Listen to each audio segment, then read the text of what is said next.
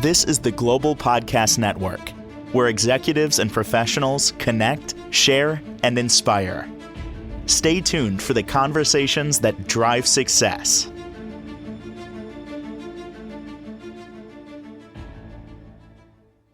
And welcome back, everybody. I'm still waiting here, checking my emails, go to the mailbox. Yes, I even check snail mail. Still waiting for the parent manual to show up, that tells you what to do as a parent. Maybe you got yours. I'm still waiting for mine. Right. But in the meantime, I'm navigating, and many of us are. Some of us use the help of somebody like this gentleman today, who is a fully licensed mental health therapist with well over a decade plus of experience in helping people, especially parents, navigate this world that we're in. And there's so many different things: parent traps, working with your kids as teenagers, having your kids work, all of that. We're going to talk with Eric John Tanner joining us on the program today. Welcome back. How you doing? I'm doing great. And yourself?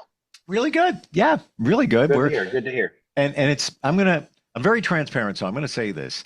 Before we jumped into this podcast, I had asked you about your kids. I realized that Right. you've been a foster parent and adopted, et cetera, et cetera, et cetera. I just thought that was cool, and I just learned it before we jumped in here. And you were already planning to talk about parenting, so I think it's like there's a reason for that. Maybe we need to class needs to begin for us parents. So where should we begin today, Eric? Well, yeah, I mean, just the premise is that there is no parenting manual. I oftenly joke that we're all victims of victims. Our parents didn't have an instruction booklet for me, or we don't have one for our kids, and they're gonna make mistakes, and hopefully, we can learn from those mistakes, and the next generation can do a little bit better. Maybe not always, but I think that should be the goal. Like, well, can I improve and be better than my parents, and my kids will be better than me, and they'll be better than their kids will be better, and hopefully we can learn something along the way to pass that along, to say, hey, here's a good way to do it, and a good way not to do it. Is there some universal things to keep in mind? It doesn't matter what age, or everything that we should look at today is really age dependent? Well, I think if you go back to Carl Rogers, a great psychologist, who said that what's most personal is most universal. If you think about that for a minute, the things we want out of life, we want protection, we want safety, we want love, a lot of those basic things that we want out of life are universal to the human condition. You can kind of see that, hey, you know what, we all want love. We want, that growth and development in a positive environment. And so, yeah, I think that there is something universal to that human condition, even though it's very personal to each individual. So interesting you say that. Maybe we should focus on talking about love. We want to feel accepted by our children. And it's a delicate blend, right? You don't want to be their friend, but you also want to be the cool parent, but you also need to be a parent. How do you strike that delicate blend there? Well, I think it boils down to this concept of control. There's an idea that I like the term parent trap. It's like a dysfunctional pattern behavior that all parents fall into when they're attempting to control a child's behavior, and think, okay, there's this falsehood that bad parents produce bad kids, and good parents produce good kids. Well, if you think about it, even if you use the Bible and you think Adam and Eve, well, they were disobedient, and if God's the perfect parent, then and they were disobedient, that means he's a bad parent. Well, sometimes you can grow, if you're a gardener and you're trying to grow, your crop, and you have all these seeds, and you're like, hey, you know what? I'm trying to grow roses, and I water it, I plant it, I put the good soil, nice, get the sun on there, whatever, and I realize actually it's a carrot. And no matter how much you do, it's like, hey, it's not a rose, it's a carrot. And sometimes our children are like that. They will still become a carrot, no matter how much you want them to be a rose. And so it's like, hey, you know what? If you think about that, it's like, okay, yeah, sometimes you can kind of look at ways of like, you know what? I can't control them, but I can strongly influence them. And that's where, you can kind of focus on. Most of us are focusing on our concerns, which we can't control. And if you can focus on your level of influence, you can strongly influence them and make as your approach, and then realize that they will make choices eventually, and they will eventually have to be responsible for them. You, this is one of your superpowers. You make us think about things and process. And I'm seeing it now that maybe as parents, we look at our children and we want them to be a certain way. They're Right? them. They're them. We need to Yeah. consider what they are. That's their personality. That's the way they're going to handle things. And as parents, show them direction, but there's Mhm. only so much you can do with that. And it's a tough pill to swallow. You know, Right. let's say you have three kids, I have three kids. Their personalities are all totally different. it's Right. Yeah. it's three different, here it comes, people. They are people. You know, we look at them sometimes as kids and, you know, I'm a parent, my job is to mold and shape them. And I'm like, maybe it's not. It's to offer guidance, uh, insight, maybe choices, and hoping that they'll make the right Yeah. choice. But ultimately, I don't know. I don't think we can do any more than that, right? Well, if you think about it, if you're focusing on the control, you're going to have a lot of feelings, negative feelings, anger, frustration, sense of failure, pain, fear, and guilt.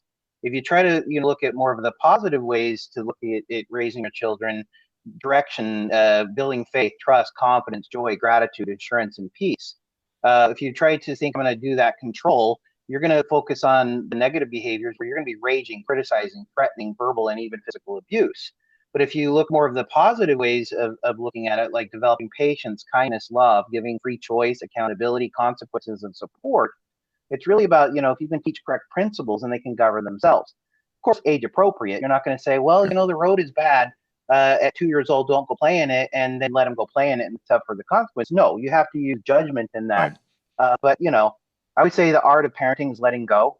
If you think about it, you start off doing everything for that infant, but then eventually you start letting them do things on their own, and hopefully by the time they're 18, they can go and do a lot of things on their own. And even for some parents, empty nesters, that's really the hardest thing, is to let your kids make choices on their own. I want to protect them until they're like 50, like, Yep. well, life's not going to make you let you do that. And so it's like, all right, you teach them correct principles and hopefully they can govern themselves. How about the language that we use? And I got that visual, by the way, of the 2 year old. Like, the parent might say, well, you have a choice. You can either play in the road or you can play on the sidewalk. You make that decision. I'm going to go in the house. I'll be back later. Yeah. No. But should it be age appropriate asking questions instead of dictating or laying down the law, if you will? Present it in a different way so they ultimately feel, your children, age appropriately, feel empowered that they made a decision. Yeah. And I think if you give them choices and say, you could choose to go out there, you can make the conversation about ways to distinguish negative behavior and give them opportunities that they want to make the positive behavior. So consequences, positive and negative. And when it comes to an argument with our kids, you know, that's one of the parent traps, arguing with our kids when Mm. they want to point out reasons, why. It's funny, here's reasons why kids want to argue: to win, to get to go or no chores, to delay the work, they're lazy, fight or splitting like rebellion, power and excitement, and punish their parents. And so when we think about, okay, reasons why parents argue, here's a true or false quiz. So, true or false, kids see and admit their errors. Are they impressed with your superior logic? True or false? Do they appreciate your concerns and your welfare? True or false? Agree with your values? True or false? Are grateful for your decisions? True or false? They're going to all be false. They're not looking to understand and to like, oh yeah, after 300 explanations of why I shouldn't do that, I finally get it. It finally clicked. No, they're just trying to whittle you down and get you to say, fine, stop asking me, just do whatever you want. They want to whittle you down. It's like kind of like a car salesman. If you know that same tactic, if they ask the why question, they answer the why question, you'll buy the car. And so they'll keep whittling you down until you buy the car. And so if you understand, if you ask the why question first, then you can kind of deflect and do that. But the hard thing that parents think they need to do is to give a reason. Sometimes you think we need to think they're rational, and you give them a logical response. No, you need to show more love than being logical. They're not there to gather data. They're not here to understand. And so sometimes it's like, well, why? What? I don't need to give you an explanation. The answer is no, and that's it. If you want to continue, then there will be a consequence to harassment. You may not be able to do this activity this weekend, or you will lose money on your allowance or whatever. Things like that. Deep inside, I'm laughing because that sounds really familiar.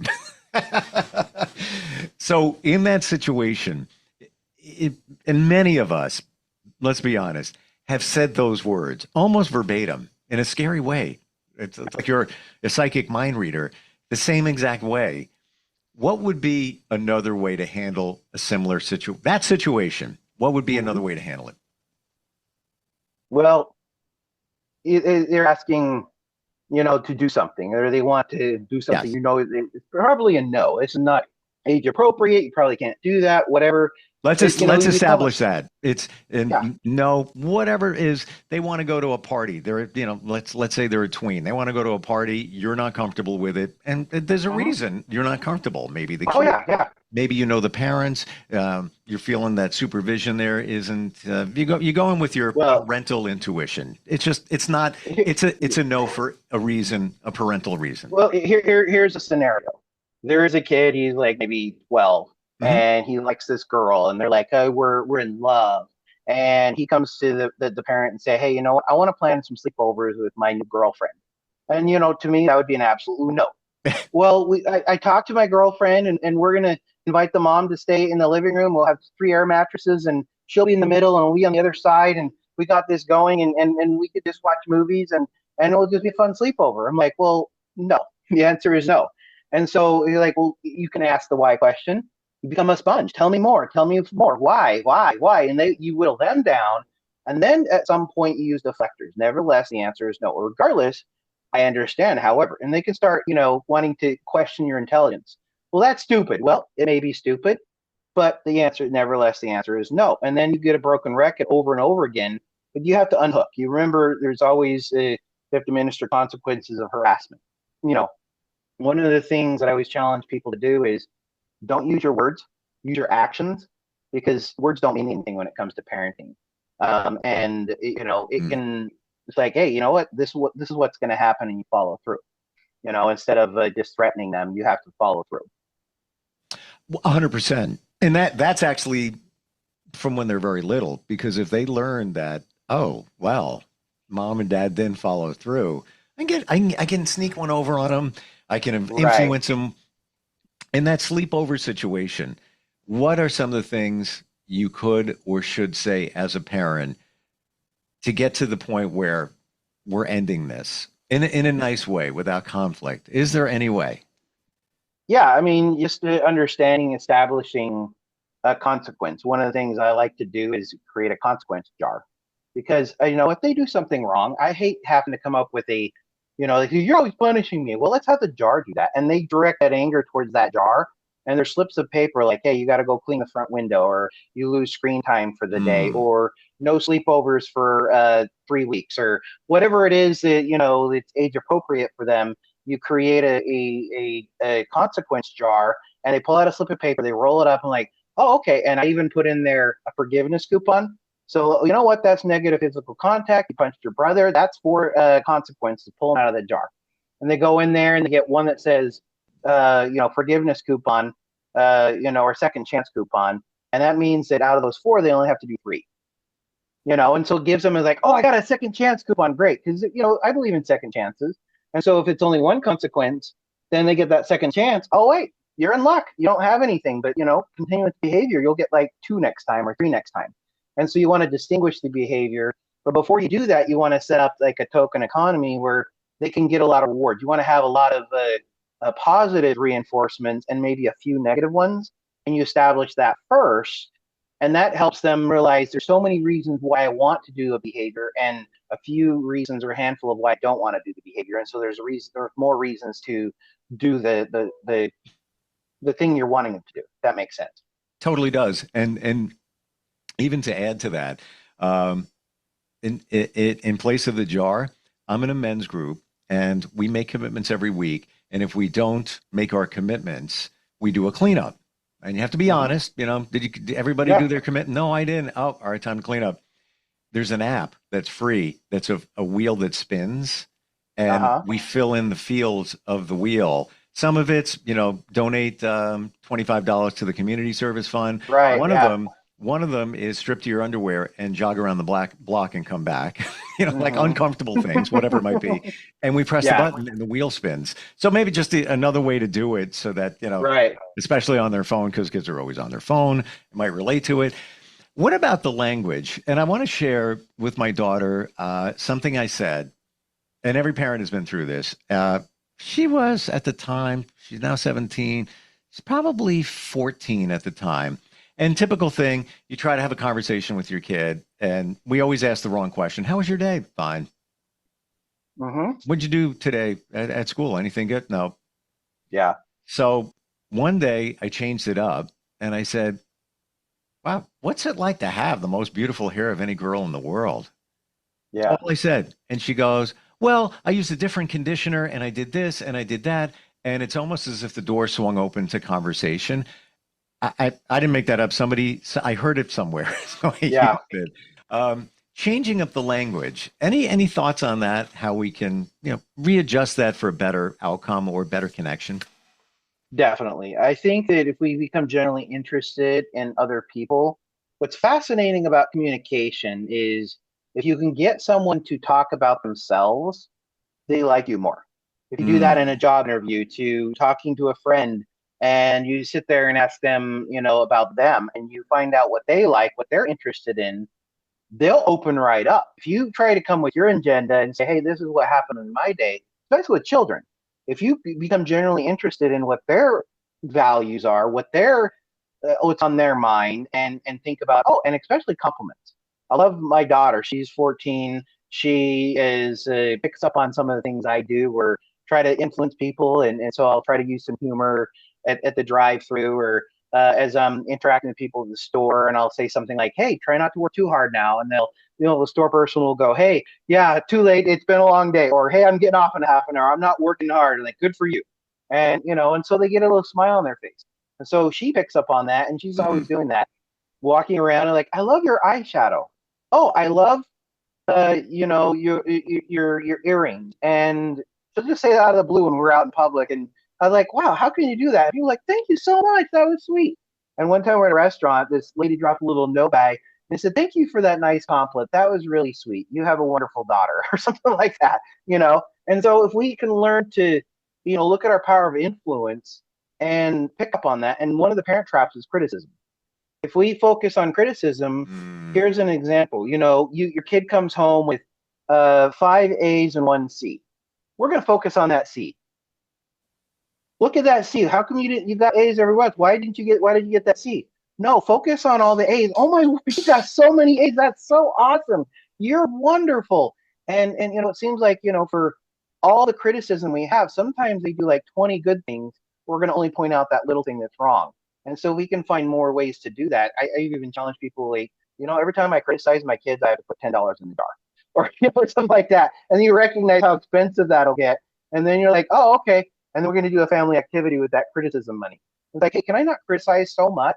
We focus so much on what we're doing wrong, we forget what they're doing right True. because we're so focused on raising kids and making sure they're doing the right that when they do one little thing wrong, oh no, it makes me look bad. Like no, it's not about me. It's about that self esteem and building up that child so they want to be better. They want to enjoy you know having good habits, like having a clean room or wearing nice clothes or having good teeth. I was talking to somebody who wears dentures, like I never had good hygiene. And then, I was explaining that to one of my kids and, he went to the dentist and had one cavity and he's like, I never want to have a cavity again. I hate the dentist. And, he started getting his toothbrush and he's like, life taught him a lesson after hearing the story about someone having dentures and how awful that was because they never took their teeth and now he's like, always brushing his teeth. Like, I'm never gonna have a cavity again. I hated that. I don't like that story you told me.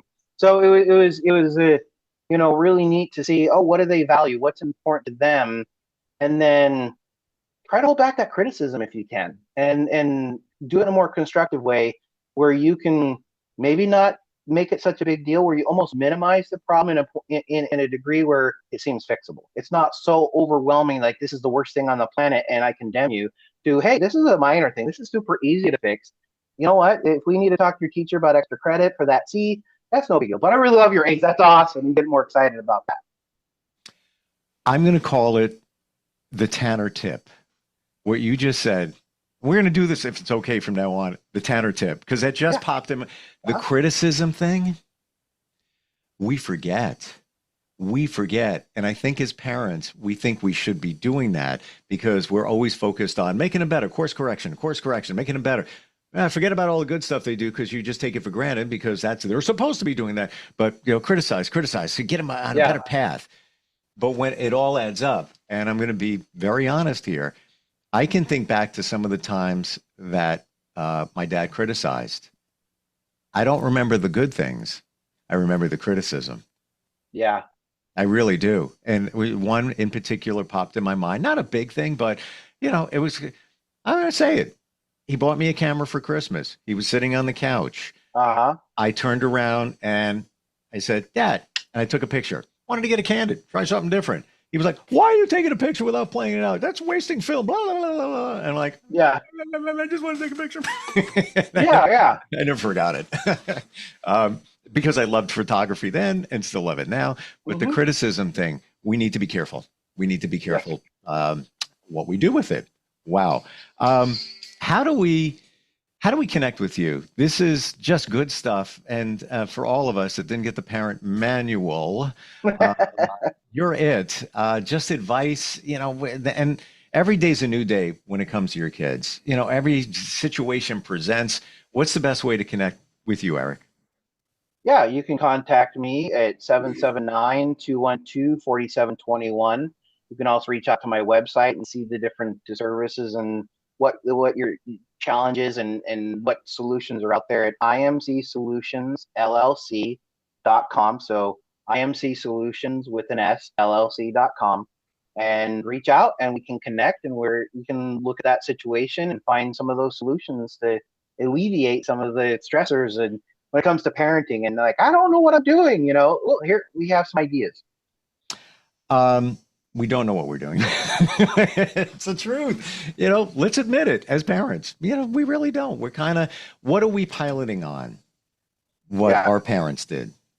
And that doesn't mean that was right. And they're piloting on what their parents did. And none of us got any manual. You're right. Appreciate everything today, Eric. Just the realization, of what we're doing, especially the criticism thing. I think everything is spot on, especially that one. We don't realize it. We think that's the way it should be. Thank you so much for being here today. Really appreciate it.